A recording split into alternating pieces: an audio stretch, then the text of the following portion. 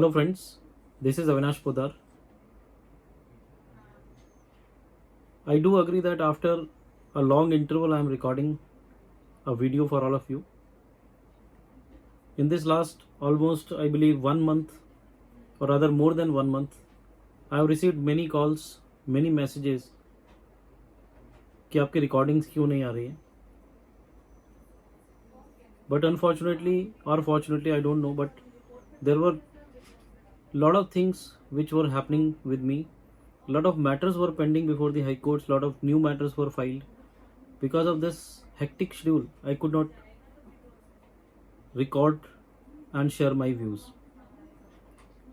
But बहुत सारे ऐसे issues हैं जिस पे मैं अपने views share करना चाहता हूँ.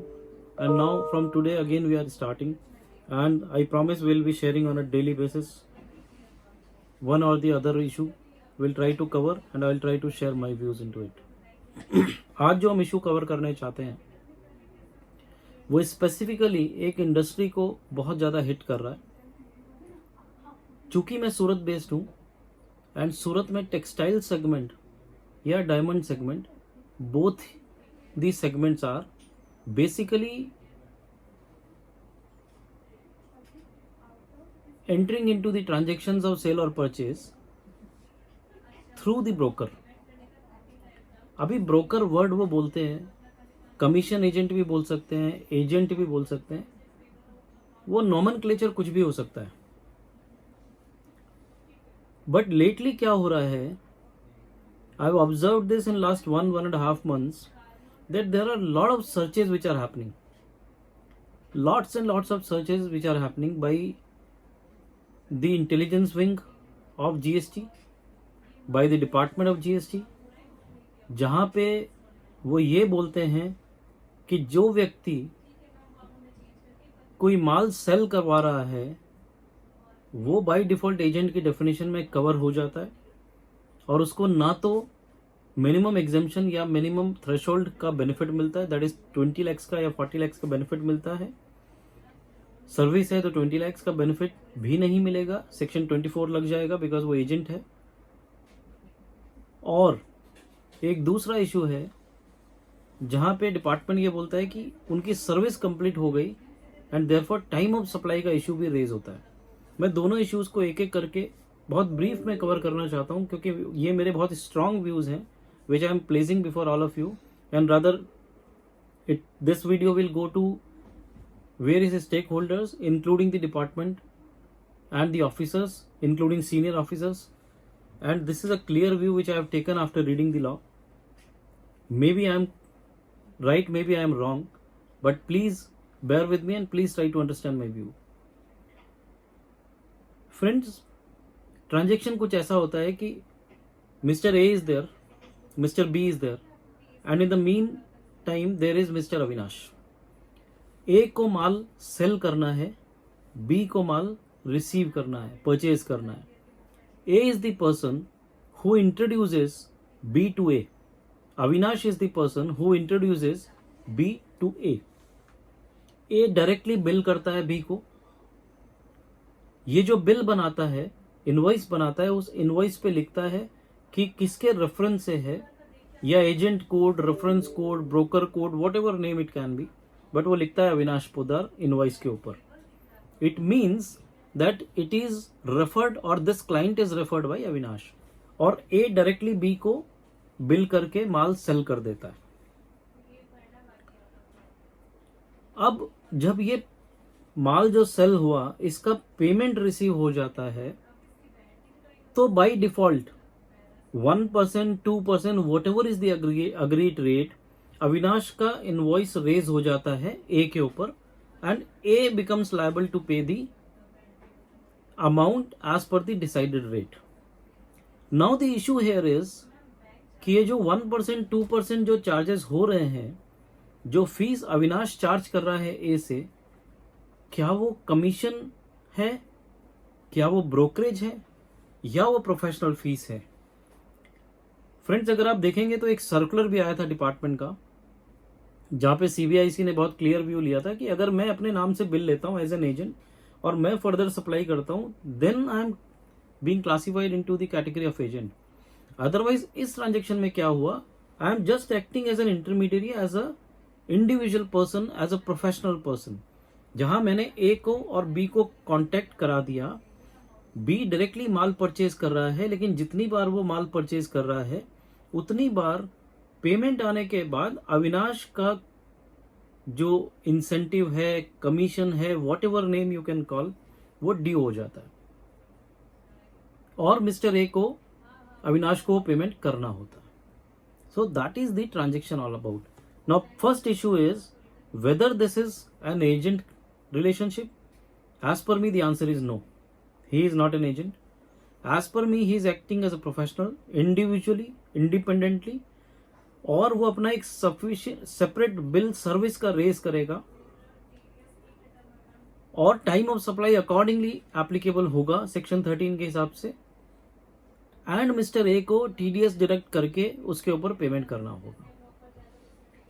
सो दैट इज फर्स्ट इशू कि ये एजेंट नहीं है, it becomes a professional fees and therefore उस प्रोफेशनल फीस को टीडीएस डिडक्ट करके अविनाश को पे किया जाएगा और अविनाश उस पे नॉर्मल उस अमाउंट पे जीएसटी के लिए लायबल होगा अगर उसका रिसीट 20 लाख से ऊपर है तो। जबकि डिपार्टमेंट का ऐसा कंटेंशन है कि आपको 1 रुपए का भी थ्रेशोल्ड नहीं मिलेगा। डे 1 से ₹1 से जो आपको कमीशन या जो आपको इंसेंटिव मिल रहा है वो आपका टैक्सेबल हो जाएगा 18%, which I deny, and as per me that cannot be the case.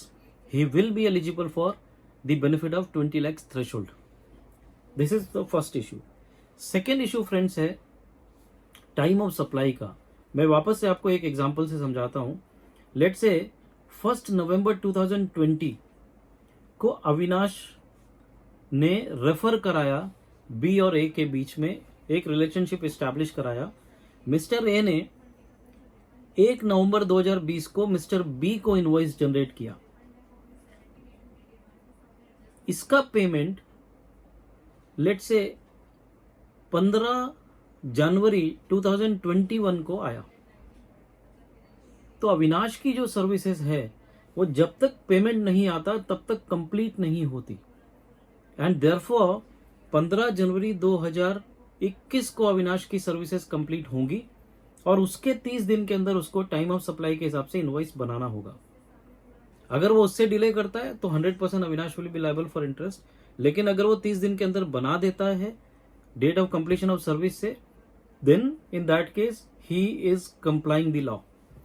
Where as अभी डिपार्टमेंट क्या बोलता है, डिपार्टमेंट जो सर्च कर रहा है उनका ऐसा कहना है कि जिस दिन ए ने बी को इनवॉइस जनरेट किया उसी दिन अविनाश की सर्विसेज कंप्लीट हो गई। आई एम रिपीटिंग, जिस दिन ए ने बी को इनवॉइस जनरेट किया उसी दिन अविनाश की सर्विसेज कंप्लीट हो गई। मीनिंग देयर बाई मेरे एग्जांपल में 1 नवंबर 2020 को ही अविनाश की सर्विसेज कंप्लीट हो गई, ना कि 15 जनवरी 2021 जब वो पेमेंट आ रहा है। और इसलिए डिपार्टमेंट ये कंटेंट कर रहा है कि आपने जो पेमेंट नवंबर की मंथ में हो जाना चाहिए था या इनवॉइस हो जाना चाहिए था वो अब आपने जनवरी में किया, तो आपको ये पीरियड का इंटरेस्ट देना पड़ेगा। फ्रेंड्स, मेरा ऐसा मानना है कि सर्विस कंप्लीशन देखना बहुत जरूरी है। ये सर्विस कॉन्ट्रैक्ट है।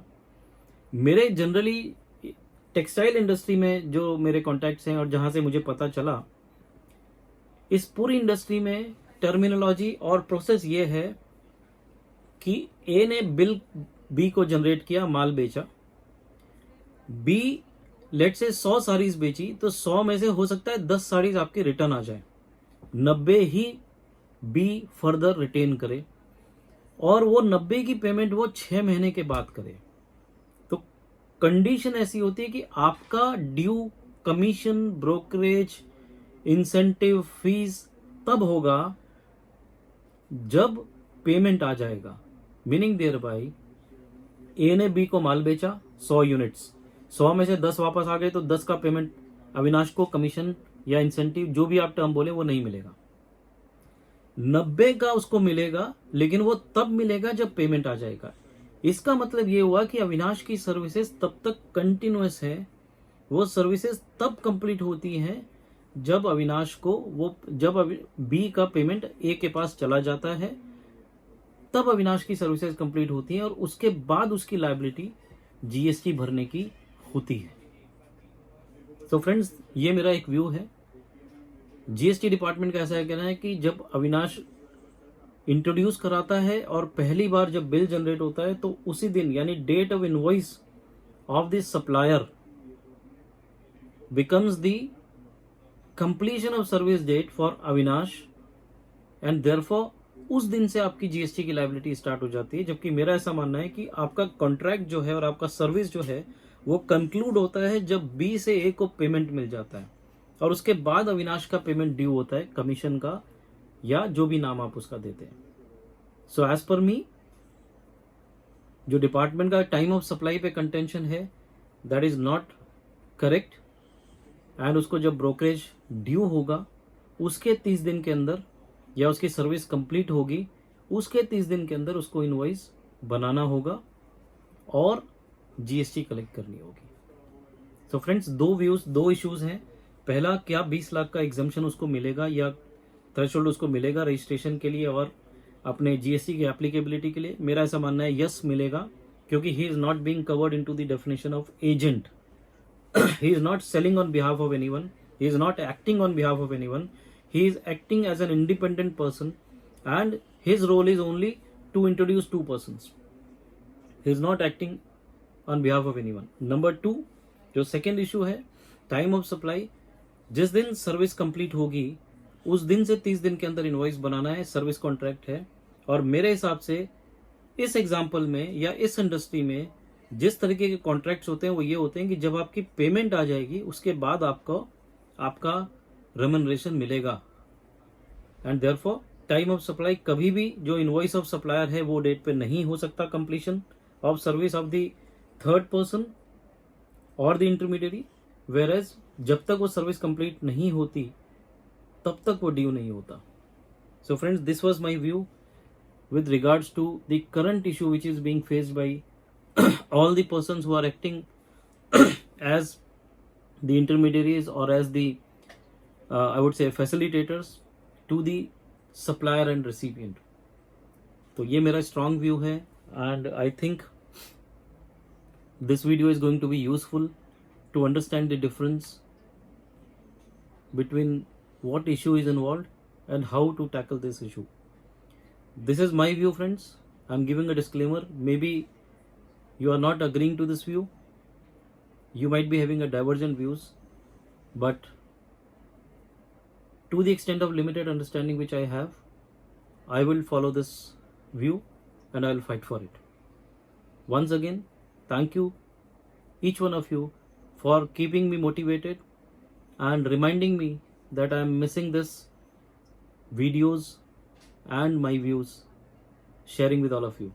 I will continue sharing and I will continue speaking bluntly and boldly. Thank you, friends. Thank you so much.